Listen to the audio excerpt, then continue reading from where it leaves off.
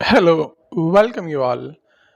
आज अपन state of matter का बिल्कुल न्यू टॉपिक पढ़ेंगे। अपन ने पिछले वीडियो में ग्राम्स लॉ ऑफ डिवीजन पढ़ा था, उससे कुछ क्वेश्चंस करे थे। मैं उसके कुछ और भी क्वेश्चंस कराऊंगा जो भी एनसीईआरटी में गिवन है और जो भी आपके काम के आते हैं इन different exams like JEE and NEET. तो वो अपन चैप्टर का एंड में देखेंगे रिवीजन पोर्शन में। पर मैं आज आपके लिए बिल्कुल फ्रेश टॉपिक शुरू कर रहा हूँ। उसका नाम है kinetic molecular theory of gases. देखो, आप लोगों ने अब तक आइडियल गैस बिहेवियर पढ़ा था, बॉयज लॉ, चार्ल्स लॉ, वो सब लॉज आपने पढ़े थे। ठीक है, अब ये टॉपिक कैसा है, देखो इसमें वर्ड क्या रहा है, काइनेटिक। काइनेटिक माने मोशन। ठीक है, मॉलिक्यूलर थ्योरी ऑफ गैस। अब ये नई थ्योरी है। अब ये थ्योरी किस रिगार्डिंग है, इसका काम क्या है। तो देखो, आप जब इसके पॉइंट्स पढ़ोगे ना तो आपको ऑटोमेटिक समझ में आ जाएगा कि बताना क्या चाह रही है थ्योरी। ठीक है, अब ये एग्जाम के पॉइंट ऑफ व्यू से, आपके अगर स्कूल पॉइंट ऑफ व्यू से देखा जाए तो ये आपके लिए डायरेक्ट आ जाता है एग्जाम में, right the postulate of kinetic molecular theory of gas. Otherwise इसके कुछ क्वेश्चंस एमसीक्यू की फॉर्म में पूछे जाते हैं डिफरेंट एग्जाम्स। ठीक है, तो समझते इसकी जरूरत क्या पड़ी। जब आप आइडियल गैस बिहेवियर पढ़ते थे तो आपने जो लॉस पढ़े, P equal to NRT gas equation पढ़ी, वहाँ पे सब आपने आइडियली अज्यूम करा है। ठीक है, अब वहाँ पे जो जो अजम्पशन करे थे पर प्रैक्टिकली वैसे वो होते नहीं हैं। तो वो जो अजम्पशन थे उनको मॉलिकुलर लेवल पर चेक करा गया और उनको विद रेस्पेक्ट ऑफ स्पीड वगैरह में कंपेयर करा गया। तो वहाँ से नई थ्योरी निकल के आती है, उसको बोलते हैं kinetic molecular theory of gas. तो इसके कुछ पोस्टुलेट्स हैं। तो देखिए, इसका पहला पॉइंट क्या है, each gas is made up of large number of very small particle. देखो, आप इसको रीड करिए। The molecules are so small that actual volume of gas molecule is negligible as compared to total volume of gas। ठीक है, अब देखो इसको मैं आपको समझाता हूँ ये क्या कहना चाह रहा है। सपोज आपको यहाँ पे कि कंटेनर गिवन है। ठीक है, एक बार मैं चेक कर लूँ कि वीडियो में आपको विजिबल है या नहीं है। हाँ, प्रॉपरली विजिबल है। ठीक है, इस कंटेनर में गैस फिल है। सपोज ये गैस के मॉलिक्यूल्स हैं। ठीक है, ये गैस के आपके मॉलिक्यूल्स हो गए। आपको याद है गैस के बीच में स्पेस होती है, तो ये काफ़ी सारी स्पेस है गैस के मॉलिक्यूल्स के बीच में। अब देखो, अब पढ़ो इस पॉइंट को, each gas is made up of large number of very small particles called molecules. अब यहाँ पे काफ़ी सारे पार्टिकल्स होंगे, उनको नाम क्या दिया गया, मॉलिक्यूल्स नाम दिया गया। यहाँ तो एक सैंपल दिखाया है, थोड़े से काउंटेबल है, पर एक्चुअली में 1 मोल 2 मोल एवोगाड्रो नंबर आपने देखा होगा कितना बड़ा होता है। तो उस फॉर्म में उतने कंपेरेबल में मॉलिक्यूल प्रेजेंट होंगे और बहुत छोटे होंगे। ठीक है, अब पढ़ो, the molecule are so small. ये इतने छोटे होंगे कि जो इन मॉलिक्यूल का अगर मैं वॉल्यूम मेजर करूं, ठीक है, सपोज ये एक स्फेरिकल फॉर्म में, इसका वॉल्यूम होगा 4/3πr³। अगर मैं इनका वॉल्यूम मेजर करूं और यहाँ जितने भी मॉलिक्यूल्स है गैस के, उनको मॉलिक्यूल को ऐड करूं, तो वो वॉल्यूम, वो टोटल वॉल्यूम इस कंटेनर के वॉल्यूम से काफ़ी नेग्लिजिबल आएगा। ठीक है, यानी कि इससे क्या कंक्लूजन निकला कि आपको गैस के मॉलिक्यूल्स का वॉल्यूम कंसीडर ही नहीं करना। ठीक है, एक बार रिपीट करता हूँ, अगर मैं इन मॉलिक्यूल्स के वॉल्यूम को ऐड करूं तो वो वॉल्यूम इतना छोटा आएगा कि इस कंटेनर का वॉल्यूम से काफ़ी नेग्लिजिबल होगा। सपोज इसका वॉल्यूम आ रहा है v, तो वो बहुत छोटा 10⁻20 -15 इस ऑर्डर में आएगा, बहुत छोटा वॉल्यूम आएगा कि आप उसको नेग्लेक्ट कर सकते हैं। तो ये आपका kinetic molecular theory of gas का पहला पॉइंट था। ठीक है, अब सेकंड पॉइंट देखो, the molecule of gas are in state of constant rapid motion. ये क्या कहना चाह रहा है, जो आपके मॉलिक्यूल हैं गैस के, वो कंटिन्यूसली एक मोशन में रहते हैं। रैपिड मतलब क्विक मोशन में रहते हैं। ठीक है, इन ऑल डायरेक्शन। ऐसा नहीं है कि ये मॉलिक्यूल सिर्फ इसी लाइन में मूव करेगा, ये अप डाउन आगे पीछे किसी भी डायरेक्शन में 3D में आप ये मूव कर सकता है, हर डायरेक्शन में मूव कर सकता है। अब इसमें आगे बोल रहा है दे मूव, द नहीं आएगा यहाँ पे, या लिखा होगा they move in straight line with uniform velocity. ठीक है, स्ट्रेट लाइन में मूव कर रहा है सपोज यहाँ पर, जैसे ये क्या होगा, and change direction on collision with other molecules और the wall of the container. ये स्ट्रेट लाइन में मूव करता रहेगा, पर जैसे ये किसी और मॉलिक्यूल से टकराया तो ये अपना डायरेक्शन चेंज कर लेगा। अब जरूरी नहीं किसी और मॉलिक्यूल से कोलाइड होने पे ही डायरेक्शन चेंज करे, अगर ये वॉल से कोलाइड करता है तो भी अपना डायरेक्शन चेंज कर लेगा, पर स्ट्रेट लाइन में ही ट्रेवल करता रहेगा जब तक ये किसी और से कोलाइड ना करे। ऐसा नहीं है कि रैंडमली ऐसे से घूम रहा है, ये स्ट्रेट लाइन में चलेगा। जैसे किसी और मॉलिक्यूल से टकराया, ये वॉल से कोलाइड हुआ, ये अपना डायरेक्शन चेंज कर लेगा। तो ये शुरू के फर्स्ट 2 पॉइंट है जो KTG मतलब kinetic molecular theory of gases में गिवन है। काफ़ी सिंपल पॉइंट है, आप इनको नोट डाउन करिए। अब हम इसके बाद अपन पढ़ते हैं आगे के 2 पॉइंट। आगे के पॉइंट देखिए, थर्ड पॉइंट है the pressure of gas is due to the collision of its molecule with the wall of container. ठीक है, समझो। अब सपोज आपको पता है वॉल्यूम V आपने क्या लिया, जो कंटेनर का वॉल्यूम था। अब जो प्रेशर लेना है आपको, सपोज ये गैस के मॉलिक्यूल्स हैं, आपको वही प्रेशर लेना है जो ये मॉलिक्यूल जब ये इससे कोलाइड करेगा तो प्रेशर एग्जर्ट करेगा। ये मॉलिक्यूल जब यहाँ कोलाइड करेगा तो प्रेशर एक्सर्ट करेगा। ये मॉलिक्यूल जब आपस में कोलाइड करेंगे तो उसको आपको काउंट नहीं करना। जब ये मॉलिक्यूल्स वॉल से कोलाइड करेंगे, जब वहाँ पे जो प्रेशर एक्सर्ट होगा वही आपको प्रेशर लेना होता है। ठीक है, तो प्रेशर के बारे में इसने ही बता दिया। वॉल्यूम भी आपको कंटेनर का ही लेना होता है। आपको जो गैस का वॉल्यूम है, गैस के मॉलिक्यूल का जो वॉल्यूम है उसको नेग्लेक्ट करता है, ये अपन ने पिछले पॉइंट में देख लिया। ठीक है, फोर्थ पॉइंट देखिए, there are no attractive forces between the molecules. मतलब मॉलिक्यूल के बीच में कोई भी अट्रैक्टिव फोर्स नहीं होता। ठीक है, और between the molecules and the wall of the container, मतलब ये मॉलिक्यूल्स है, इनके बीच में कोई फोर्स नहीं है अट्रैक्शन का, और ये मॉलिक्यूल और इस वॉल के बीच में भी कोई फोर्स नहीं है अट्रैक्शन का। ठीक है, ना तो molecule to molecule force of attraction है, ना ही molecule to wall of container force of attraction है। ठीक है, इससे समझ में आया। Thus there are no intermolecular forces and the molecules are independent of each other. मतलब उनमें आपस में कोई फोर्स नहीं है, ना तो मॉलिक्यूल के बीच में, ना ही वॉल के साथ, यानी कि हर मॉलिक्यूल अपने आप में इंडिपेंडेंट है फोर्स के बारे में। मतलब आपस में कोई एक दूसरे को अट्रैक्शन या रिपल्शन नहीं करते। तो ये आपका फोर्थ पॉइंट था जो भी काफ़ी सिंपल है, नोट डाउन करिए।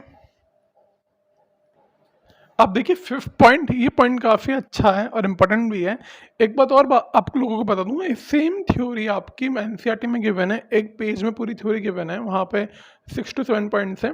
मैंने उन सब पॉइंट्स को कंक्लूड करके यहाँ पे थ्योरी मेंशन करी है। तो आप चाहो तो वो थ्योरी भी पढ़ सकते हो, वो भी सब यही बता रही है। आपको कुछ चीज़ें एक्स्ट्रा ही मिलेगी, पर एग्जाम पॉइंट ऑफ व्यू के हिसाब से ये पॉइंट तो आपको पता होने ही चाहिए। ठीक है, तो देखिए फिफ्थ पॉइंट को, the molecules behave as perfect elastic spheres. ठीक है, जो भी गैस के मॉलिक्यूल है वो एक स्फेयर की फॉर्म में है। ठीक है, hence there is no loss of kinetic energy in collision. मतलब जब भी वो कोलाइड करेंगे एक दूसरे से तो परफेक्ट इलास्टिक कोलिजन होगा। ऐसा नहीं है कि कोलाइड करने पे मॉलिक्यूल की एनर्जी लॉस हो जाए, एनर्जी लॉस नहीं होगी, ना तो एनर्जी लॉस होगी, बल्कि क्या होगा, एक मॉलिक्यूल की एनर्जी दूसरे मॉलिक्यूल में ट्रांसफर हो जाएगी। ठीक है, the kinetic energy may be transfer from one molecule to another but it is not convert into any other form of energy such as heat. जब भी कोलिजन होगा तो एनर्जी ना तो लॉस होगी बल्कि ट्रांसफर होगी। और ऐसा भी नहीं कि कोलिजन हो रहे तो फ्रिक्शन होगा, बच्चों के माइंड में सवाल आते हैं फ्रिक्शन होगा तो हीट जनरेट होगी, ऐसा भी नहीं है। एनर्जी लॉस नहीं हो रही किसी भी फॉर्म में, इधर हीट की फॉर्म में या वाइब्रेशन की फॉर्म में एनर्जी लॉस नहीं होगी, सिर्फ ट्रांसफर हो रही है। वो एनर्जी ट्रांसफर हो रही है किसी दूसरे मॉलिक्यूल को, तो वो मॉलिक्यूल वापस से आपका स्ट्रेट लाइन में ट्रेवल करेगा, वो किसी दूसरे से कोलाइड करेगा तो वापस वो एनर्जी उसमें ट्रांसफर होगी, तो थर्ड मॉलिक्यूल आपका ट्रेवल करेगा स्ट्रेट लाइन में। फिर थर्ड किसी फोर्स से कोलाइड होगा या वॉल से कोलाइड होगा, तो इस तरह से आपकी एनर्जी ट्रांसफर हो रही है one molecule to another molecule, पर एनर्जी कांस्टेंट है, वो चेंज नहीं हो रही है। समझ गए इस पॉइंट को? काफ़ी सिंपल सा पॉइंट था। ठीक है, because of transfer of kinetic energy the velocity of all the molecule are not the same. हाँ, ये पॉइंट अच्छा है। हाँ, एनर्जी ट्रांसफर तो हुई पर जरूरी नहीं पूरी एनर्जी ट्रांसफर हुई, कुछ एनर्जी ट्रांसफर हुई, कुछ उसी मॉलिक्यूल ने रख ली। जैसे सपोज 2 मॉलिक्यूल है, ये ट्रांसफर हुआ तो पूरी की पूरी एनर्जी ट्रांसफर नहीं करेगा। अगर पूरी की पूरी एनर्जी ट्रांसफर कर देगा तो ये स्टॉप हो जाएगा, ऐसा भी नहीं हो रहा। कुछ एनर्जी ट्रांसफर करी तो उससे कुछ वेलोसिटी से वो ट्रेवल करने लग गया। ठीक है, तो यानी कि हर मॉलिक्यूल की वेलोसिटी भी सेम नहीं होती, वो है सबके पास वेलोसिटी पर सबकी वेलोसिटी सेम नहीं है। कोई ज़्यादा स्पीड से मूव कर रहा है, कुछ कम स्पीड से मूव कर रहा है। अब इसी वेलोसिटी वाले कंसेप्ट पे आगे की आपकी थ्योरी आएगी। ठीक है, तो आई थिंक आपके समझ में आ गया होगा, इसको नोट डाउन करिए फिर अपन आगे बढ़ते हैं। ये जो जितने भी पॉस्टुलेट्स अपन ने पढ़े ना, ये सब पॉस्टुलेट्स आइडियल गैस के लिए ही वैलिड है, रियल गैस के लिए वैलिड नहीं होंगे। अब बात आती है रियल गैस क्या होता है, ये अपने आगे के टॉपिक है जो अपन कमिंग लेक्चर में पढ़ेंगे। पर जो भी अपन ने थ्योरी पढ़ी ये सब आइडियल गैस के लिए ही वैलिड है। अब अपना नेक्स्ट टॉपिक आएगा काइनेटिक गैस इक्वेशन। अब देखो ये टॉपिक आपको एनसीईआरटी में तो एज इट इज़ नहीं मिलेगा, पर हाँ एग्जाम्स में ये काफ़ी पूछा जाता है, तो मैं इसकी थ्योरी यहाँ पे ब्रीफ में डिस्कस करूँगा, ज़्यादा डिटेल में डिस्कस नहीं करूँगा। तो अपना अगला टॉपिक है kinetic gas equation. Kinetic gas equation, अब देखो ये थ्योरी क्या बोलती है, या ये कोई थ्योरी नहीं है जो अपन ने अब तक असम्पशन पढ़े थे, पोस्टुलेट पढ़े थे, उसी के ऊपर है ये। तो इसमें क्या होता है, on the basis of kinetic molecular theory जो आपने पढ़ा उसके बेस में यहाँ पे दो साइंटिस्ट थे, उनका नाम थोड़ा अजीब सा है, मैं आपको बताता हूँ उनका नाम क्या है। एक का नाम था आपका क्लोएशियस और एक नाम था क्रॉनिन, ठीक है। ये दो साइंटिस्ट थे, इन लोगों ने एक गैस इक्वेशन डिराइव करी। वो गैस इक्वेशन थी PV इक्वल टू 1/3 mx(u²। देखो PV इक्वल टू 1/3 mx(u², ठीक है। अब आपको पता होगा P यहाँ पे होता है प्रेशर, V होगा वॉल्यूम। अभी आपके लिए यहाँ पे U है वेलोसिटी, M है मास और X क्या है, X सोचिए, बताओ X यहाँ पे क्या हो सकता है। X आएगा आपका number of molecules of gas, ठीक है। P pressure, V volume, M आपका हो जाएगा mass of one molecule of gas, ये होगा mass of one molecule of gas, ठीक है। ये क्या आएगा आपका number of molecules, number of molecules, number of molecules of gas. इसलिए आपने यहाँ पे एक गैस का मास लिया तो उसको नंबर ऑफ मॉलिक्यूल से मल्टीप्लाई कर दिया तो टोटल मास आ गया। और यू आपके लिए क्या हो जाएगी, यू आपकी यहाँ पे वेलोसिटी हो जाएगी। अब ये वेलोसिटी सिंपल नहीं है, इस यू को बोलते हैं root mean square velocity, root mean square velocity. अब आप सोचोगे सर ये टर्म कहाँ से आ गया, रूट मीन स्क्वायर वेलोसिटी। इसको शॉर्ट फॉर्म में RMS भी बोलते हैं, क्या बोलते हैं इसको, RMS, root mean square velocity, ठीक है। अभी रूट मीन स्क्वायर वेलोसिटी क्या होती है, देखो आपको पता है मीन क्या होता है। मीन आपको याद हो, सबका एवरेज लेते हैं अपन, तो मीन होता है। सपोज आपके पास यहाँ पे x नंबर ऑफ मॉलिक्यूल्स हैं, तो सपोज फर्स्ट की स्पीड u1 है, सेकंड की u2 है, थर्ड की u3 है, ऐसे करते करते लास्ट की ux है। अगर आपको इसका मीन निकालना है तो आप क्या करोगे, टोटल वेलोसिटी को ऐड करोगे, डिवाइड बाय x कर दोगे, ठीक है। तो ये तो हो गया मीन। अब मीन के बाद क्या करना है आपको, स्क्वायर करना है, तो इस हर वेलोसिटी का स्क्वायर कर दो, ठीक है। देखो याद करने की ट्रिक बता रहा हूँ कि RMS क्या होता है। मीन निकाला आपने, टोटल वेलोसिटी जितने मॉलिक्यूल्स हैं उनकी वेलोसिटी आपने लिख ली। आपको ये पता था कि हर मॉलिक्यूल की वेलोसिटी डिफरेंट होती है, क्योंकि एनर्जी कभी कहीं ज़्यादा ट्रांसफर होती है, कहीं कम ट्रांसफर होती है। तो ये आपका मीन निकल गया, मैंने स्क्वायर कर दिया तो रूट हो गया, नहीं सॉरी, मीन निकाला, स्क्वायर के लिए मैंने सबके लिए स्क्वायर कर दिया।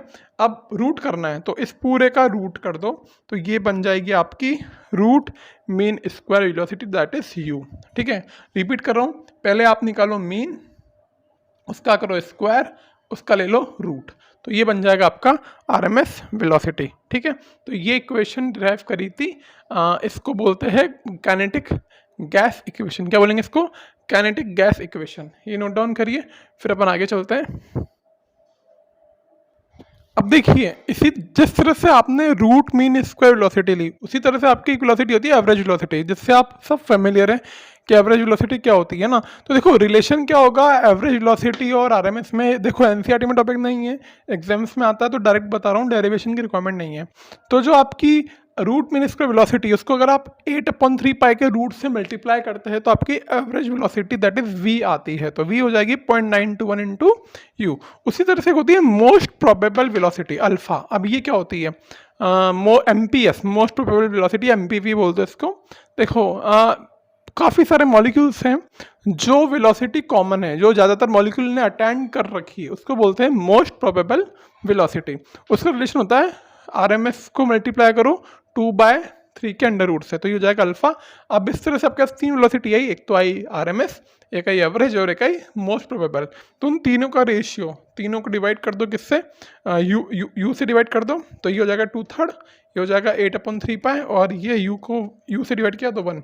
तो ये आपका रिलेशन आ जाएगा, इसको आप चाहो तो सॉल्व करके भी लिख सकते हो। ये आपके 3 रिलेशन आ गए, 3 डिफरेंट वेलोसिटी के। ठीक है, समझ में आया होगा, थोड़ा टिपिकल लगा होगा वाला पोर्शन पर काफ़ी ईजी है। ठीक है, अब इसमें आपका और भी काफ़ी सारा पोर्शन है, आपके इक्वेशन डिराइव्ड है और आपके और भी डेरिवेशन है, तो ये मैं आपको लूँगा अगले लेक्चर में, क्योंकि नहीं तो फिर एक साथ काफ़ी सारा हो जाएगा तो मिक्सअप हो जाएगा। इसको पढ़िए, बस आपके लिए होमवर्क ये है एनसीईआरटी से जो kinetic molecular theory of gases है उसके पॉइंट्स जरूर पढ़िए आपको, तो काफ़ी और अच्छा समझ में आपको आ जाएगा। ठीक है, मिलते हैं अपन अपने अगले वीडियो में।